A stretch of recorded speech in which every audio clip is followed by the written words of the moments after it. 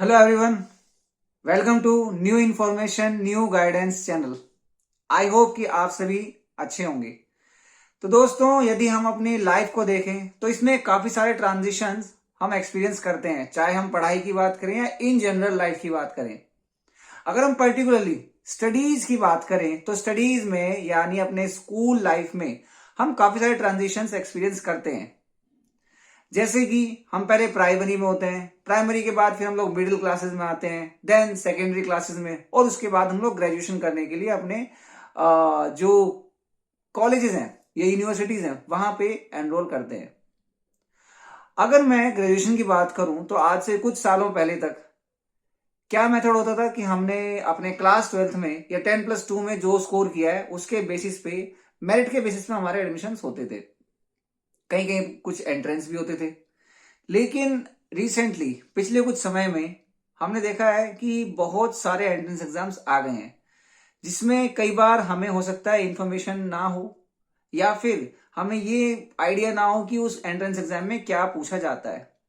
हम आज एक ऐसे ही एंट्रेंस एग्जाम के बारे में बेसिक इंफॉर्मेशन लेंगे, क्योंकि इस साल का इसका जो नोटिफिकेशन अभी आया नहीं है, जब आ जाएगा तो हम और डिटेल में बात करेंगे। तो हम इस वीडियो में बात करेंगे CUET, जिसका मतलब है कॉमन यूनिवर्सिटी एंट्रेंस टेस्ट।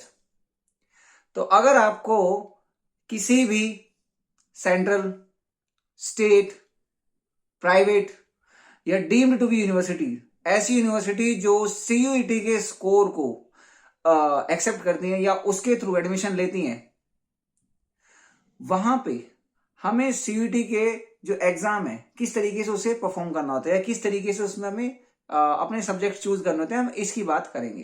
देखिए, बहुत सारी यूनिवर्सिटीज हैं जो कि CUET के स्कोर को एक्सेप्ट करती हैं, कुछ यूनिवर्सिटीज नहीं भी करती हैं। या फिर किसी किसी यूनिवर्सिटी में ऐसा है कि कुछ कोर्सेज CUET के बेस पे लेंगे और कुछ कोर्सेज मेरिट के बेस पे लेंगे। ऐसा भी हो सकता है कि पहले यूनिवर्सिटी अपना एंट्रेंस टेस्ट ले, उसके बाद वो CUET के स्कोर पे, जितने बच्चे CUET का स्कोर लेकर के आ रहे हैं, अगर सीट बचती है तो फिर उन्हें भी वो एक्सेप्ट करते हैं। तो बहुत डिटेल में वीडियोस ये होने वाली हैं जो CUET से रिलेटेड होंगी या ऐसे ही किसी और एंट्रेंस एग्जाम से रिलेटेड होंगी। हम बहुत ज्यादा लंबी ना करके इन वीडियोस को थोड़ा छोटे छोटे एरियाज में, छोटे छोटे पार्ट्स में बनाएंगे। तो अब हम CUET के बारे में एक बेसिक इंफॉर्मेशन से शुरू करते हैं, आइए। तो दोस्तों, जैसे कि इस वीडियो के माध्यम से हम CUET के बारे में कुछ बेसिक इंफॉर्मेशन लेंगे या बेसिक जानकारी इसके बारे में डिस्कस करेंगे। तो पहली बात तो यह है कि CUET का फुल फॉर्म है कॉमन यूनिवर्सिटी एंट्रेंस टेस्ट। तो यानी कि एक ऐसा कॉमन एंट्रेंस टेस्ट जो कि अलग अलग यूनिवर्सिटी में इसका स्कोर वैलिड होगा एडमिशन के लिए। दूसरा, ये जो CUET का टेस्ट है, it is conducted by the NTA, national testing agency. ये एक सेंट्रल यूनानिमस एक एजेंसी है जिसका काम है अलग अलग एंट्रेंस एग्जाम्स कंडक्ट करना, चाहे वो एजुकेशन से रिलेटेड हो, चाहे वो हायर एजुकेशन से रिलेटेड हो। तो इन एग्जाम्स को NTA कंडक्ट करता है। अगर हम पर्टिकुलरली CUET की बात करें तो it is conducted for admissions in regular courses. ठीक है, तो यदि आपको अगर ओपन से या डिस्टेंस से पढ़ना है, उसके लिए CUET की जरूरत नहीं है। अगर आपको रेगुलर कोर्स करना है ग्रेजुएशन में, हालांकि पोस्ट ग्रेजुएशन के लिए होता है, उसे हम बोलते हैं CUET PG, ये है CUET UG, अंडर ग्रेजुएशन। ठीक, तो अगर आपको रेगुलर कोर्स करना है या रेगुलर कॉलेज जाना है, उसके लिए आपको CUET देना है, एक बात। अगर आपका मन है कि आपको डिस्टेंस से पढ़ना है या फिर ओपन से पढ़ना है, उसके लिए आपको CUET नहीं देना, एक बात। दूसरी बात, अगर हम CUET के सिलेबस की बात करें तो यहां पे मुख्यतः तीन तीन चीजें आपको ध्यान रखनी है।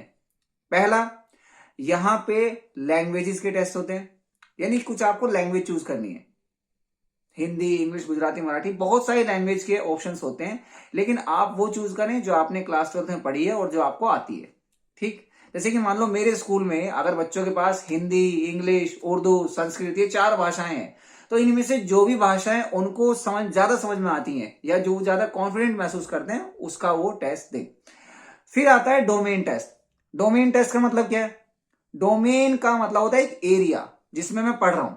ठीक है। तो अगर मैं साइंस स्ट्रीम में पढ़ रहा हूं तो मेरे मेन जो एरिया, अगर मैं कहूंगा डोमेन सब्जेक्ट्स या मेन सब्जेक्ट्स हैं फिजिक्स, केमिस्ट्री, मैथमेटिक्स, या हो सकता है बायोलॉजी, या फिर इंफॉर्मेशन प्रैक्टिसेस, आईपी का जो हमारा एक सब्जेक्ट होता है, या फिर सीएस कंप्यूटर साइंस। अगर मैं कॉमर्स का स्टूडेंट हूं तो accountancy, business studies, economics, mathematics, या फिर अगर इसके अलावा कोई और ऑप्शन भी है या एज अ सब्जेक्ट।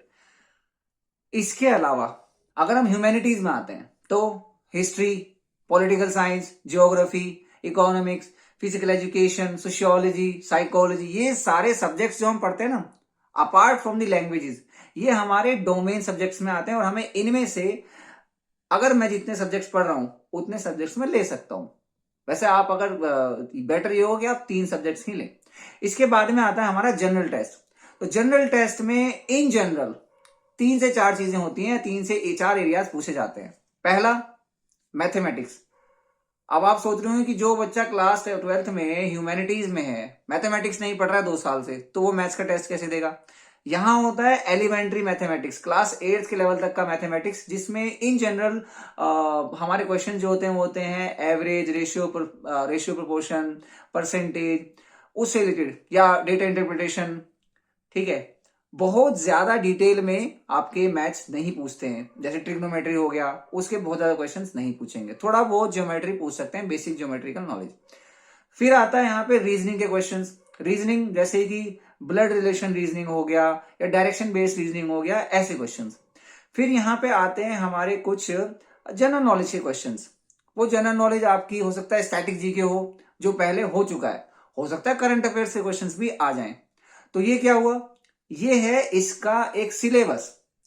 एक अगर हम एक आइडिया लेने के लिए अगर पढ़ाई करें कि मुझे तैयारी कैसे करनी है, तो उसके लिए हमारा सिलेबस है सीयूटी का। एक यहां पे अगली बात आती है कि पेपर का फॉर्मेट क्या है, पेपर का पैटर्न क्या है। देखो, ये पेपर होता है ये MCQ based, objective type MCQ based. मतलब एक क्वेश्चन के 4 ऑप्शन होंगे और आपको एक सही आंसर चूज करना है, जिससे कि आपके बोर्ड के क्वेश्चंस में भी, बोर्ड के पेपर में भी एमसीक्यूज अब आने लगे हैं। लेकिन बोर्ड में और यहां पे एक फर्क है। फर्क क्या है? बोर्ड में आपकी नेगेटिव मार्किंग नहीं होती है, इसमें नेगेटिव मार्किंग होती है। ठीक है, यहां पे आपका एक प्रश्न 5 नंबर का होगा, ये ध्यान से सुनना है। एक प्रश्न 5 नंबर का होगा, और यदि आप एक प्रश्न को गलत करते हो तो वहां पे नेगेटिव मार्किंग होगी 1 नंबर की, यानी -1 की नेगेटिव मार्किंग है। जिन बच्चों को नेगेटिव मार्किंग का नहीं पता होता है, मैं आपको एक आइडिया दे देता हूं कि मान लो कि मैंने एक क्वेश्चन सही किया, मुझे 5 नंबर मिल गए, ठीक। दूसरा क्वेश्चन मैंने गलत कर दिया, तो अब क्या होगा? जो गलत हुआ उसमें तो 0 है, लेकिन जो सही किया है उसमें से भी 1 नंबर गया। मतलब, तो जहां मुझे एक क्वेश्चन सही करने पे 5 नंबर मिल रहे थे, अब 4 मिलेंगे। मैंने एक और गलत कर दिया तो अब वो 3 हो जाएंगे। ये होता है नेगेटिव मार्किंग का कॉन्सेप्ट। ठीक है, अब अगर हम थोड़ा सा आगे बढ़े, यहां पे ये बात हो गई कि भैया हमारे पेपर का फुल फॉर्म क्या है, दूसरा हमारा पेपर का पैटर्न क्या है। पैटर्न ये है कि जी ऑनलाइन पेपर होगा आपका, नॉट ऑनलाइन, हो सकता है ऑफलाइन भी हो किसी किसी एरिया में, जैसे कि लास्ट टाइम 2024 में कुछ सेंटर्स पे पेपर पेन बेस्ड भी पेपर हुआ था और ज्यादातर हुआ था ऑनलाइन। तो वैसे तो इन जनरल हम इसे ऑनलाइन ही मानते हैं, लेकिन हो सकता है इस साल अगर एनडीए दोबारा से कुछ जगहों पे ऑफलाइन करेगी तो वो देखना पड़ेगा कैसे करेंगे। लेकिन हाँ, ये बात पक्की है कि इसमें ऑब्जेक्टिव बेस्ड ही क्वेश्चंस होते हैं, एमसीक्यू ही क्वेश्चंस होते हैं, राइट। सब्जेक्टिव इसमें नहीं आते। बात रही सिलेबस की, तो सिलेबस के हमने थोड़ी सी इन जनरल बात कर ली है कि जी सिलेबस में क्या क्या आता है। लैंग्वेज, डोमेन टेस्ट और आपका जनरल टेस्ट। देखो, अब आपको टेस्ट कौन से देने हैं ये कैसे पता लगेगा? ये पता ऐसे लगेगा कि अगर आपको कोई स्पेसिफिक यूनिवर्सिटी का पता करना है कि यार इस यूनिवर्सिटी में एडमिशन कैसे होगा, या यहाँ पे कौन से कोर्स के लिए मुझे कौन से सब्जेक्ट चाहिए। देखो, पहली बात तो ये है कि अभी तक का क्या इसमें सिनेरियो रहा है कि जो भी सब्जेक्ट्स आप क्लास 12th में पढ़ रहे हैं, आपको सीयूटी में केवल उन्हीं के पेपर देने हैं। मतलब कि अगर मेरे पास केवल 5 सब्जेक्ट हैं, Hindi, English, pol science, history, geography, ठीक है, तो मैं इनमें से एक लैंग्वेज लूंगा, 3 डोमेन टेस्ट लूंगा और एक जनरल टेस्ट लूंगा, ठीक। फिर चाहे किसी की भी एलिजिबिलिटी कुछ भी हो, चाहे उन्होंने एक लैंग्वेज मांगो, चाहे उन्होंने सिर्फ जनरल टेस्ट मांगो, चाहे वो एक लैंग्वेज और जनरल टेस्ट की बात कर रहे हो, या वो सिर्फ एक लैंग्वेज और 3 डोमेन टेस्ट मांग रहे हैं। तो अगर आप लैंग्वेज, 3 डोमेन और जनरल टेस्ट ले लोगे ना, तो आपको ना ये लगा लो कि हर एक एरिया की तुम्हारी एलिजिबिलिटी बन जाएगी। फिर तुम्हें कुछ भी मतलब बोझा सोचने की जरूरत नहीं पड़ेगी। अब ऐसे में क्या होता है, कुछ बच्चे थोड़े से अपनी चॉइस बना करके चलते हैं कि जी मैं एक तो लैंग्वेज ले लेता हूं, एक डोमेन ले लेता हूं और एक जनरल टेस्ट ले लेता हूं। देखो, जितने आप डोमेन टेस्ट कम करते जाओगे या जितने आप टेस्ट कम करते जाओगे, उससे आपके जो एरियाज हैं या आपके जो कोर्सेज की प्रोबेबिलिटी है वो कम होती चली जाएगी।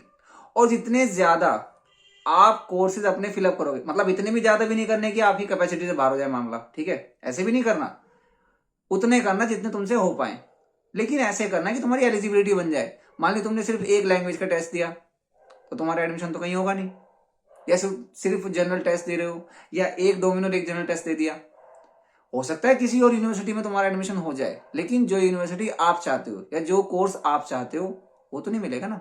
तो it would be much better कि आप एक लैंग्वेज, 3 डोमेन और एक जनरल टेस्ट को लेकर के चले। अब इसके बाद में बात ये आती है कि हम फॉर्म भरते टाइम क्या ध्यान में रखें। देखो, इसके लिए एक बहुत ही डिटेल वीडियो बनाने की आवश्यकता है, लेकिन मैं तुम्हें एक बेसिक चीज बता देता हूं।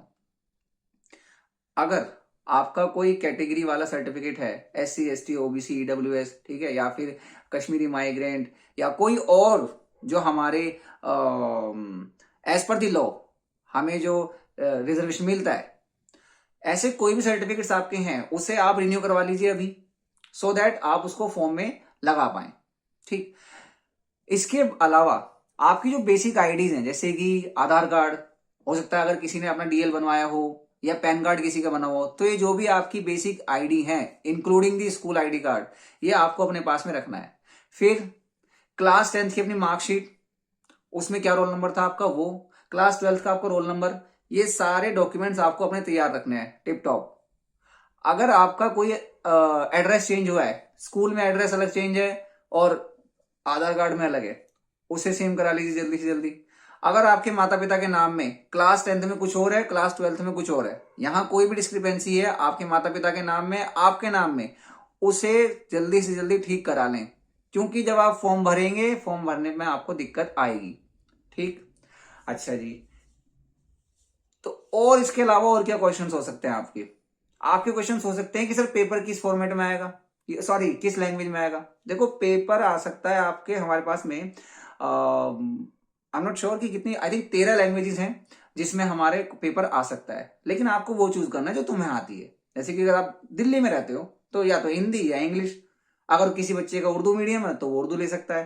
ठीक है, तो मीडियम, किस मीडियम में आपको पेपर देना है, इसकी भी आपके पास छूट है, राइट। इसके अलावा अगर आपकी कोई क्वेरी है रिगार्डिंग फीस कि सर हमें एक पेपर की कितनी फीस देनी पड़ेगी या ओवरऑल टेस्ट की फीस कितनी होगी, ये आपको पता तब चल पाएगा जब हमारा CUET का NTA द्वारा एक लेटेस्ट नोटिफिकेशन आएगा। अभी नहीं आया, but I think mid Feb में वो आ जाएगा, वो तब पता लग पाएगा। इसके अलावा क्या हम ऐसे सब्जेक्ट्स भी पढ़ सकते हैं जो हमने क्लास 10th 12th में ना पढ़े हो, इसकी क्लैरिटी भी तभी हो पाएगी जब हमारा लेटेस्ट नोटिफिकेशन आएगा, क्योंकि इससे पहले तक, लास्ट ईयर तक ऐसा नहीं होता था। जो आपने क्लास 12th में सब्जेक्ट पढ़ा है, केवल उसी का टेस्ट आप दे पाते थे। क्या अगली बार, क्या इस बार ऐसा कुछ चेंज आने वाला है? नो आइडिया, अभी हमें कुछ नहीं पता है। हम ये तभी बता पाएंगे जब आपका एक नया नोटिफिकेशन आ जाएगा। और यदि आपकी कोर्सेज से संबंधित कोई इश्यू है कि जी हम कौन सा कोर्स कर सकते हैं या कौन कौन से कोर्सेज के हमारे पास ऑप्शंस हैं, इसके लिए आप या तो कोई प्रोस्पेक्टस सर्च कर सकते हैं। अगर आपको लग रहा है कि मुझे प्रोस्पेक्टस नहीं मिल रहे हैं या किसी पर्टिकुलर यूनिवर्सिटी का प्रोस्पेक्टस चाहिए, तो आप इस कमेंट सेक्शन में लिख देना कोर्स का, यूनिवर्सिटी का या कॉलेज का नाम, हम उसे सर्च करके आपको हो सकता है टाइमली जवाब दे पाए।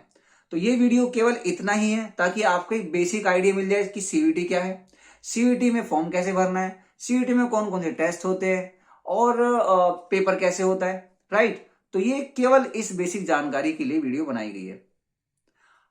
आई होप कि आपको ये वीडियो पसंद आई होगी।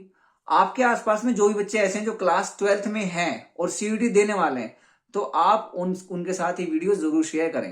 यहाँ पे एक बात और है कि अगर आप क्लास 12th में हैं, अपियरिंग है, तो भी आप सीयूटी दे सकते हैं। और अगर आपने पहले 2-3 साल पहले भी कभी भी 12th पास की हो, तब भी आप सीयूटी का एग्जाम दे सकते हैं। ऐसा नहीं है कि जी मैं तो गैप ईयर ले लिया था और मैं तो सीयूटी पता नहीं भर पाऊंगा नहीं भर पाऊंगा, ऐसा कुछ नहीं है। आप सीयूटी भरने के लिए बिल्कुल एलिजिबल हो, राइट। तो अगर आपको वीडियो पसंद आई है, just do like that video. और ऐसे बच्चों के साथ जो क्लास 12th में हैं और इस बार सीयूटी का एग्जाम देंगे या उसकी प्लानिंग कर रहे हैं, आप उन्हें वीडियो जरूर शेयर करें। तब तक के लिए थैंक यू सो मच। और अपने क्वेरीज आप कमेंट के माध्यम से जरूर हमें बताएं। Thank you so much. God bless you.